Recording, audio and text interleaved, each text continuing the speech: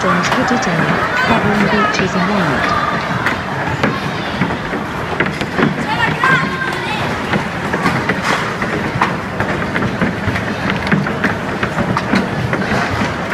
A violent hailstorm hit Italian towns of Grottammare and San Benedetto del Tronto, Marche province in central Italy on July 25, 2017, covering towns and their sandy beaches in a thick layer of ice.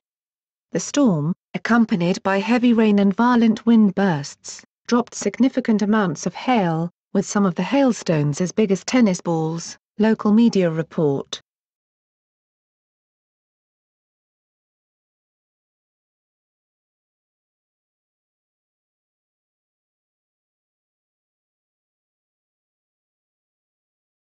Hailstones damaged roofs, windows, cars and other infrastructure. Numerous calls have been made to emergency services. The hailstorm comes after 2 days of severe weather across the country and Central Europe.